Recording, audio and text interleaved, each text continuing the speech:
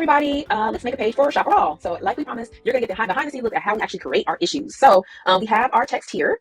We keep everything in kind of a Google Doc, and then we go get our text. So let's find our column. We're gonna look at our dress crews. Thank you, Andres. Here's the text. Usually we give some prompts to help people kind of write things out. It's really hard to talk to yourself. So we literally just have to copy and paste this. But first, we have to go into where we keep things, which is campus guides. So this is actually the back end of the system. We are going to create a new page. I'm just gonna put a placeholder for the title for now. Oh, got to spell Garfield right.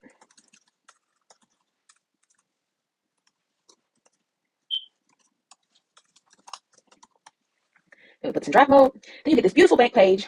We start with adding what we call our top box. That's going to be the top one. Again, I'll put in the actual title that we choose here. Then this is when we are rich text editor. So this is actually how we add a text in here.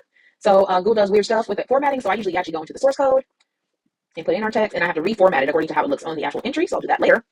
The other important part is I use Canva to also create our theme. So here's Cameron's page. We're doing volcanoes as a part of Under Pressure. So I'm going to go ahead and create a new slide for Andres.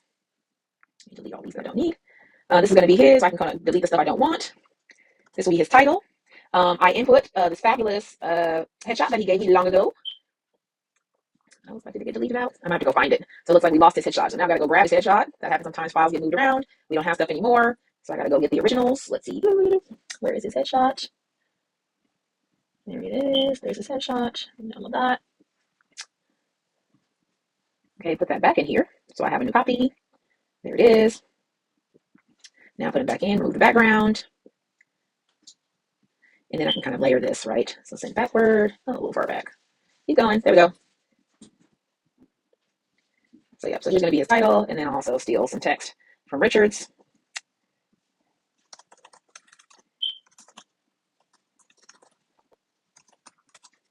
Got his name right. And let's see what he says actually in his entry. That's gonna help us make a decision. Let's go seeking to understand. Because that's what he talks about.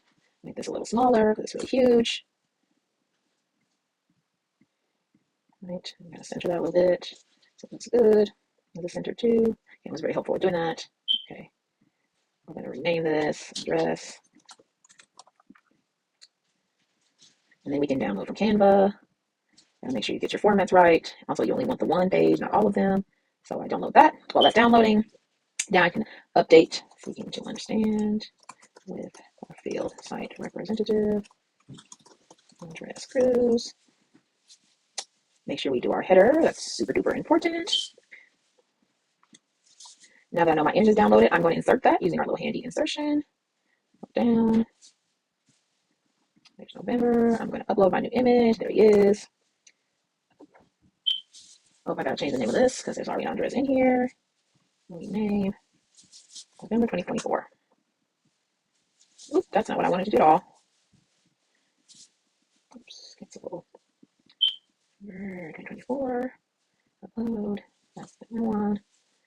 And then we'll give him some code. Andres Cruz has dark hair and smiling with cartoon lava boiling bottom of image. Make that 600. This locks that in place. We don't need to change the alignment. There is that.